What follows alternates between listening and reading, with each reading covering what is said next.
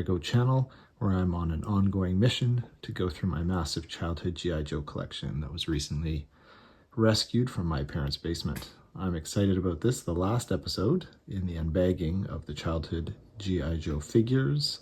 Thanks again to all of you who have been following along as I unbag these nostalgic toys, the goal of which, for those who might not know from the earlier videos, will be to see how far selling these G.I. Joes will go to funding a trip for me and my family to Hawaii.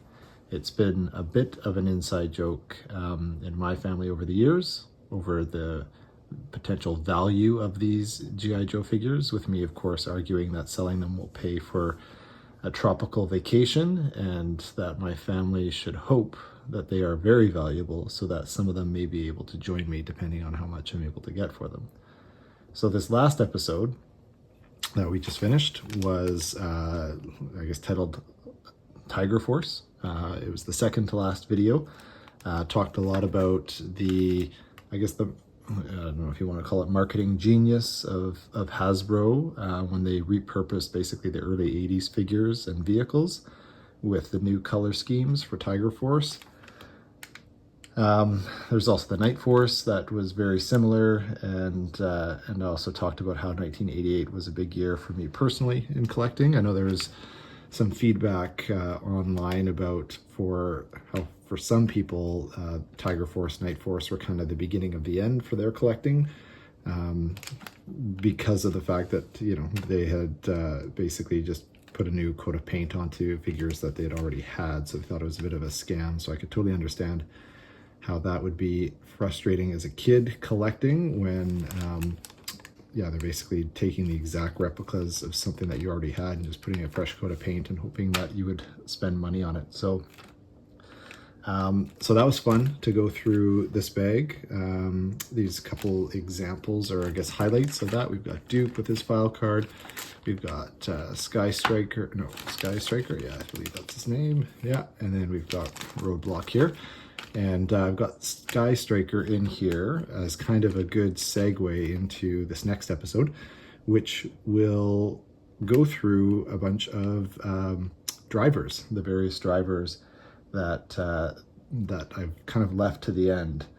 And I guess, you know, I was able to bring back a bunch of my childhood figures the last time I went to go visit my parents' house, because I was able to throw them into a suitcase and bring them back over a plane. I'm not sure the next time I will be driving across country, but all of my vehicles are still in two big Rubbermaid containers. So I thought it'd be fun in this video to go through when I was, putting these away into storage. I kind of threw what I remembered as sort of the drivers into separate bags. So I figured that'd be a good transition for a future video series where when I do get my vehicles, I'll be able to kind of show them with the vehicles and kind of do, I guess, a bit of an unboxing of the Rubbermaid bins. I think that'd be kind of a fun little future series. So stay tuned for when that will be coming. I'm not sure, can't guarantee. It could be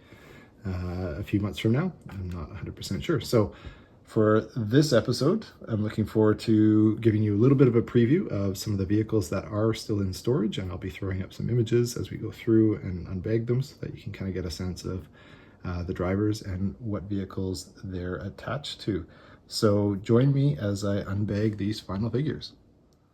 Okay, so I'm going to start off with a bag of good guy drivers. I've got a bag of bad guy Cobra drivers there, but thought I would start off with good guy drivers, and as I go through I will try and throw up various photos, whether it's photos of my collection or just photos of the vehicles that they came with, just for a reference for those of you who are curious to know about that. And if you've been following along in some of my other videos, and as I've been going through some of the other bags, I've realized that some drivers were in other collections that I had put together. So I'll do my best to also bring those in to the discussion as I go through these. So let's open up the good guys. And just through looking at the bag, I already kind of knew that a couple of these weren't maybe what you would consider drivers, so I'll maybe start with this guy here.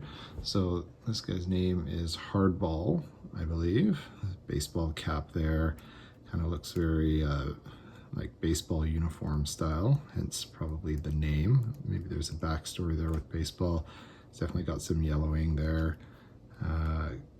Crack there, which is pretty normal, I think, for figures this old. But other than that, he's pretty decent shape. He had this crazy rocket launcher gun there, so I know that goes with him. And then I believe this backpack also goes with them.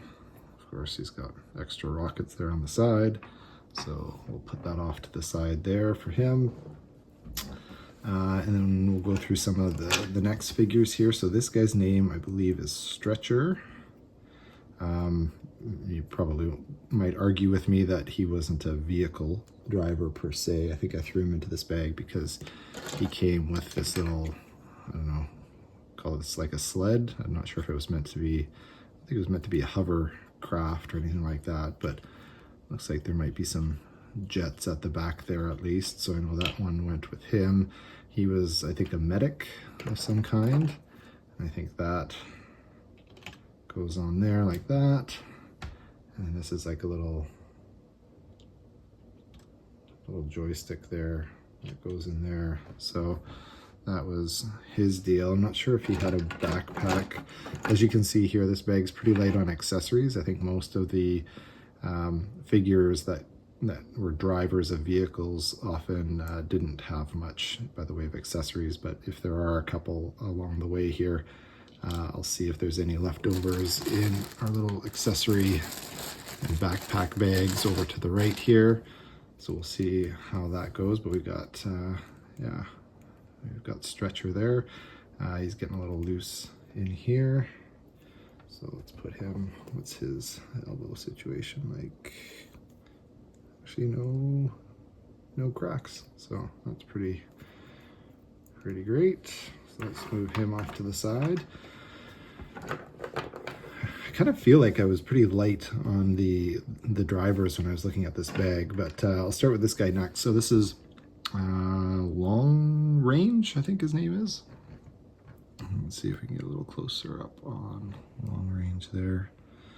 This was his helmet. So he came with the Thunderclap, and the Thunderclap was one of the last sort of big vehicles that I think I added to my collection. It was a kind of a three-piece rolling missile launcher cannon, I'm not sure what you would call it, and he was the driver of that. It was kind of a cool vehicle in that you kind of had like a little front car, and then there was a back car, and each of those cars could separate from the middle section, which had the cannon, and then the cannon was kind of cool in that you could put the actual sort of missile inside the cannon and then kind of do a fake shot, and then when you pulled the lever back on the cannon, it ejected the shell, quote unquote, the shell of the cannon. So it kind of had that rifle, bolt action rifle kind of effect where when you reload, the old casing kind of pops out. So that was kind of a cool vehicle to have. So that's the Long Range there. Another guy of that same era is this guy right here, and we've got his helmet, which looks cool. His name is Hot Seat, I think, and if I remember correctly, his vehicle was kind of a weird tank style vehicle.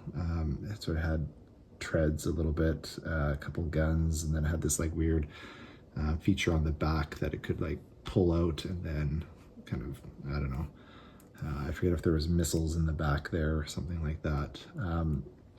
But kind of a cool vehicle. It couldn't really carry a lot of people. It wasn't very functional as a transport or anything like that. But it was big. I think that was like a bigger sort of Christmas present that I would have gotten that year. Once again, a little bit of elbows. just kind of on the one side there, but he's got his helmet with the mic on there. I'll do this guy next because this guy is super cool. Look at that smile. He's a happy guy. This is Lift Ticket. Lift Ticket was from one of my coolest and most favorite vehicles of all time. He was the Tomahawk pilot. So that's the sort of camouflaged looking dual rotor helicopter. That was one of the coolest. You can see his arms are well used by the looks of it. Really loose there. Not sure what to do with sort of loose arms. If anyone has any sort of comments on what to do with that, that would be appreciated. I don't know if it's just a replacement or what, but like for one of my original figures, still in really good condition. The elbows are fine. A little bit of wear on the nose there, big nose. I don't think I have a mic. I think he may have came with a mic, so not sure what's going on there. But the Tomahawk was like the ultimate sort of troop carrier. It made a lot of appearances in various mock battles that I was doing, or just in terms of storing. So I'll throw, well, you'll probably be seeing an image of this as I'm talking about it. A bunch of paint wear on the front there, so you can tell he's gotten a lot of good playing time. But Slipstream and the Tomahawk, awesome vehicles. Or sorry, Lift Ticket and the Tomahawk. This is Slipstream. So the story on this one, I think, oh, we've got an extra gun there. I wonder, that one goes, I think, with the medic, and then maybe this one goes with this guy, if I remember. So Slipstream was the Conquest X-30 pilot, so kind of like a jet fighter. This guy is super stiff. Now, the story with this is that I don't remember the story with this guy. And it has something to do with Ace, which is another pilot, and he was the pilot of like that really cool, I don't know if it was an F-16, what kind was it? Fighter pilot, doesn't say on his card. But the thing that I'm trying to recall here, because as you can see here, I've got the file card, and it's a 3-person file card. So it's got Keelhaul at the top, Slipstream, and Ace is where that would have come from. Like, would this have all come together with the flag, USS Flag? I'm going to need some help kind of identifying where I would have gotten this 3-set pack there. So it explains why, I think, hopefully it explains why I have Slipstream, why I have Ace, and then over here in one of my previous videos I had Keelhaul, the Admiral. So I'm going to put them next to each other.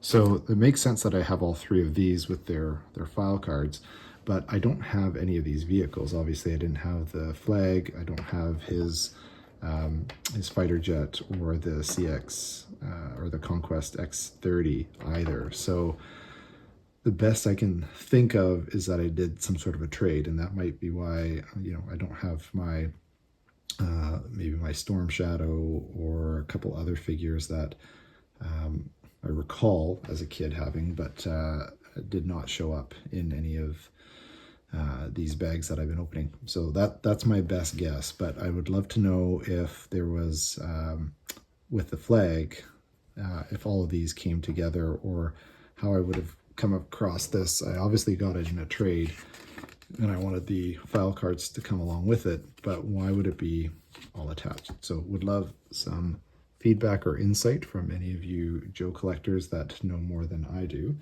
on that front. In terms of other vehicle drivers, so the last episode we did Sky Striker here, so he was the Tiger Rat pilot. So we'll show a photo of that. A couple others that you would have seen in past videos. So we have Sergeant Slaughter here, and of course Sergeant Slaughter came with the, I think it was called the Warthog, which was kind of like a big troop carrier tank with two huge missiles on top, kind of gull wing doors, I think, that opened up so you could carry a bunch of troops in there as well. And then a really cool little top hatch where the driver could kind of peek out of and sort of see the battlefield. So so we have Sergeant Slaughter as well as another vehicle driver. We have this fellow here who I'm gonna have to defer the name. I know his vehicle was the Arctic Blast, which was, if I remember correctly, it was kind of like an open air, big, studded tire vehicle that could race really quickly through the snow. So he was another driver, and I still have that vehicle. So all of these, I'm almost 100% sure, minus Slipstream, Ace, and Keelhaul, I've all still got the vehicles for, so that's cool. And then sort of last but not least on the good guy side is the Avalanche driver here. And the Avalanche was kind of another Arctic vehicle, kind of really big actually, and I really thought it was a cool vehicle at the time. So we opened him as part of an episode on various Arctic and water sort of characters that I all kind of bagged together. So that kind of makes up the bulk of the good guys that I have drivers for. Now I have a lot of other good guy vehicles, but some of them didn't come with drivers. So this is sort of what I've got for now on the driver side. So I'm going to move over next to the Cobra drivers. All right, so we're back and we're going to open the final bag of childhood G.I. Joes. So let's see what we've got inside here.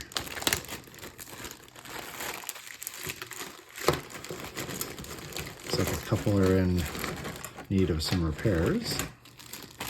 I'll put that off to the side for now. Just kind of move this up to the top here, and I'm going to kind of see if I can go in order, a certain order of like age perhaps here. So this, for all you who like Vipers, this is the Motor Viper. So this was from like 1986, and it was that classic Cobra vehicle that kind of had an open air vibe to it, with two pods on the front that didn't pop off but actually just split into two like that. Each one kind of had a gun, and I guess if I remember the cartoons correctly, could fire in different directions as people were chasing them, and then there was a gun on the back. So I don't have that vehicle though, which is another funny thing here. So once again, I would pay to know kind of how I got some of these in my collection and who I may have traded for it. But the Motor Viper and his, I think it was called the Cobra Stun, was his vehicle. So we've got him. Next, I'm gonna do this guy, I think. So this guy's name is the Strato Viper. Once again, another Viper for all of you Viper fans. Looks like everything's in really good condition there. Everything's pretty tight. Now, he was the driver of the Cobra Night Raven. Night Raven was like this really cool jet fighter, if I remember correctly. I didn't have that vehicle either. So once again, another mystery. So unfortunately, I don't have much of a backstory there, but a very cool vehicle. I wish I had that in my collection because it was pretty rad.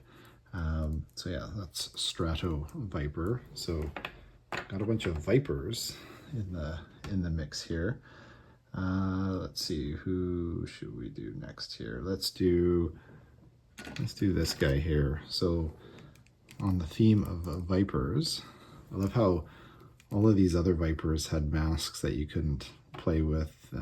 This guy had a mask that made him look very much like a Viper, but you could actually take it off too. So this is the Gyro Viper, and he was the driver, and I do have this vehicle still, of a vehicle called the Cobra Mamba.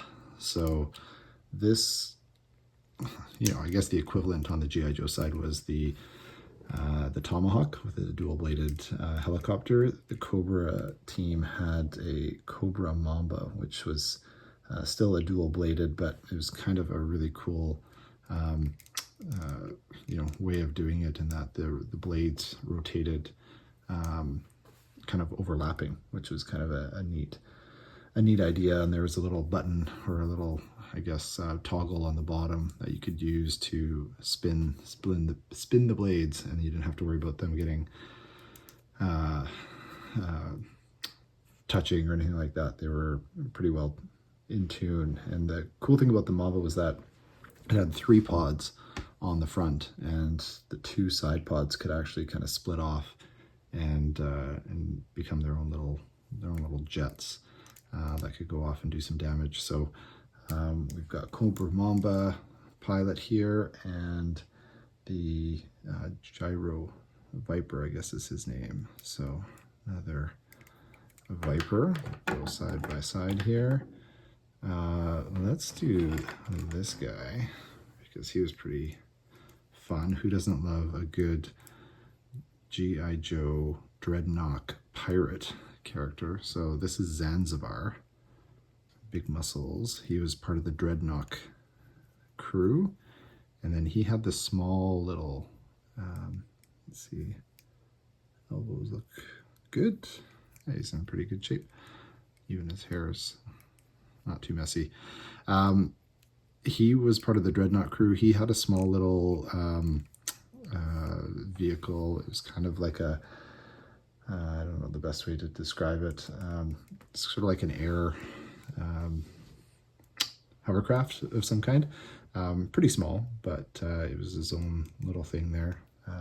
Once again, really cool character there. I didn't have a ton of Dreadnoughts. I know a lot of people are really big fans of the Dreadnoughts, and that was a, you know, for those who like collecting the good guy G.I. Joes, there seems like there's an equal number of people that were interested in the bad guys, specifically like Dreadnoughts and Vipers and Bats, BATs, things like that. So I do have this in the collection somewhere in the big boxes. So Zanzibar is his name.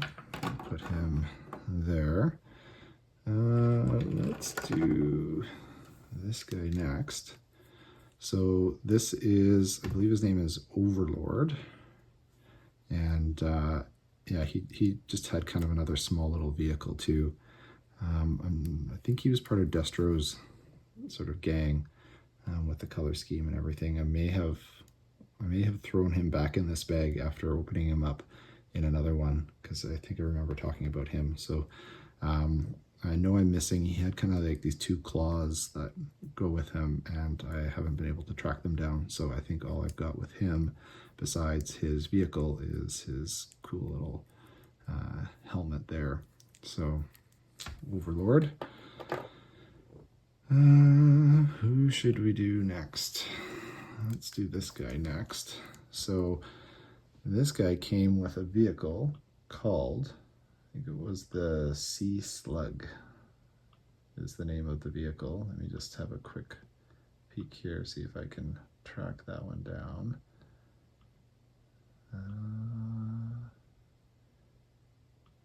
Yeah, it's called the Sea Slug.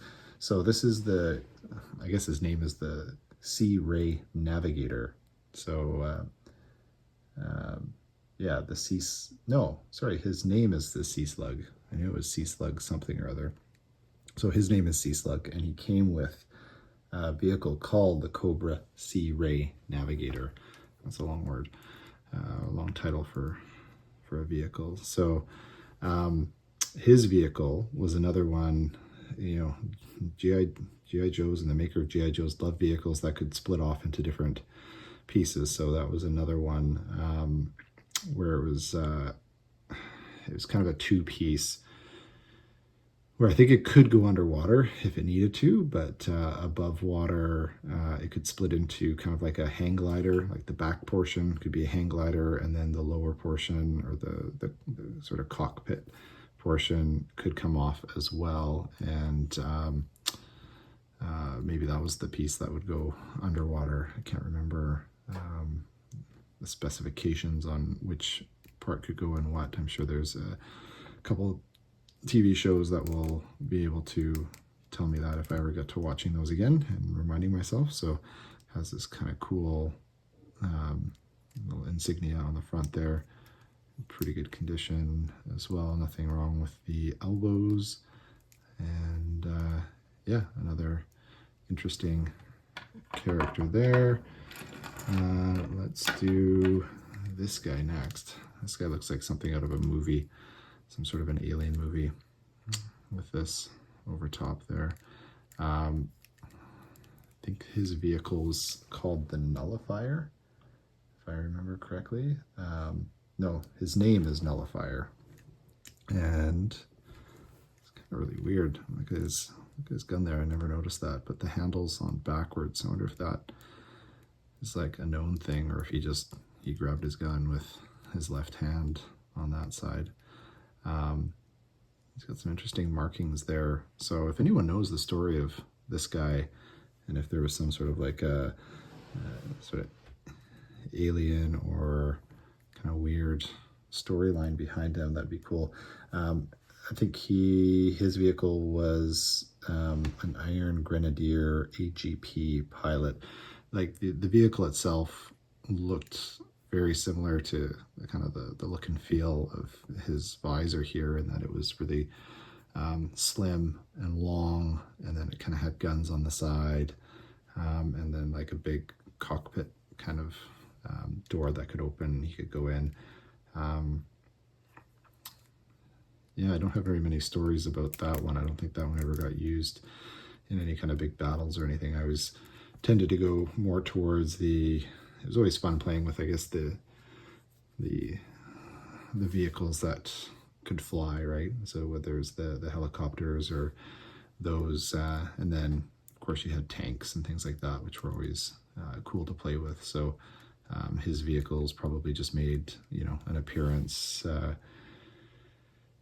in and amongst a bunch of other Cobra vehicles that were stored and kind of waiting around. We got 3 left here. Let's do this guy next. This is always one of the coolest kind of guns there. So this is Dark Lawn. Awesome name. Let's do a little close up there. He looks pretty good. Nothing wrong with the elbows.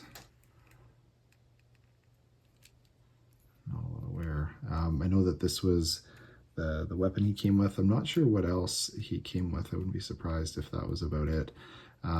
His vehicle was kind of like this lay down, I think it was called the Evader or something like that. But yeah, you kind of, it was sort of a sleek missile style, 2-wheel, 3-wheel kind of vehicle. Anyways, it had a couple missiles on top, and I think a machine gun. You could set him sort of straight down in that, and could go really fast and get around really quick. But once again, like a really cool character. Like, I think he's even got red eyes there. I don't know if you can see that, if that picks up there, but super scary dude for sure. So that's Dark Lawn.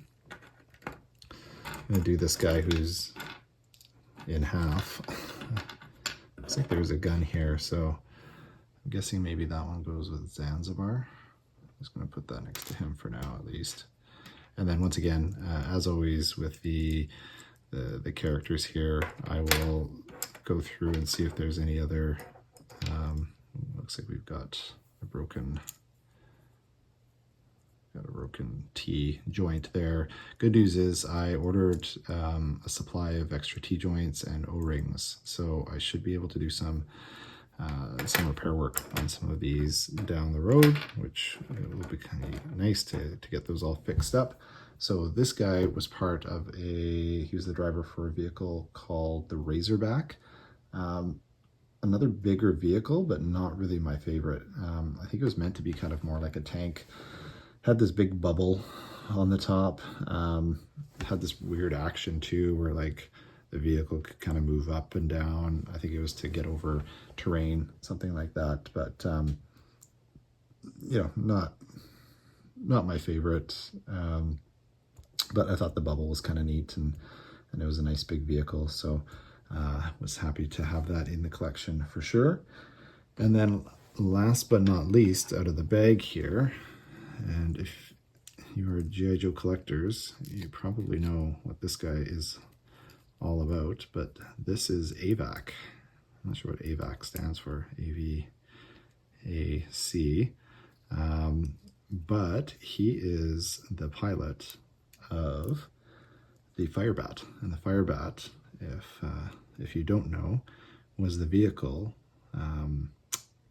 the aircraft that went in the Terradrome. So I am very happy to say that I still have the Terradrome. I'm not sure what condition it's in. It was played with. I know a couple of the guns have some issues with, not being able to kind of, have their guns stay up. They always kind of drop down, that kind of thing. But I'm excited to get to the Terradrome at some point down the road and put that back together and see what kind of gaps I might have. But yeah, that one was the best Christmas present ever. I think it was in 1986 or 87. I would have been 6 or 7 years old.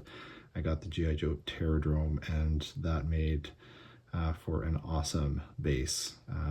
Something you could attack for G.I. Joes, and something you can set up all of your Cobra characters with. So looks like he's got a little bit of wear up at the top here and around the mask, probably from putting his parachute over top of him, but he's still got the sigil there. Elbows are good.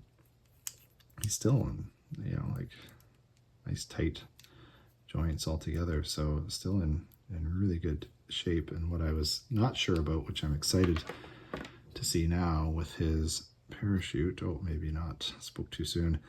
I know that this was always kind of a bit of a problem back in the day. Yeah, this one's the same, where these go over top and then they may or may not stay in depending on, still looks like it would work in a jam if you needed it to. But yeah, AVAC and the Terradrome. So that makes the last of the bag there. And of course, there were a couple other characters that had their own vehicles too from previous bags, so I thought I'd show those really quickly. So we have Serpentor, and then he had his little skiff that he would ride on. And then last but not least, we have our Destro. And once again, he kind of had his own little, skiff or little hovercraft that he would ride on as well. So I believe with Serpentor, I don't remember if I still have the little snake that he was on, but Destro, I know I have his. So these are all characters and figures of vehicles that I do have. For the most part, there are a couple here that I'm pretty sure I don't have, but I'll be looking forward to going through, seeing if there's any other figures or I guess accessories that I can match them up with. And then I'll come back and I'll do one last little wrap up before we finish off with this video. Okay, we're back. As a bit of a wrap, I was able to match up a couple accessories from my miscellaneous accessory packs up with their proper figures here. So just a couple little highlights. So Stretcher, we were able to reunite Stretcher with his backpack and antenna. So I think he had a mic, or not a mic, but like a walkie-talkie. So we don't have that one, but everything else looks pretty good. Hardball is complete, and we've got Slipstream here.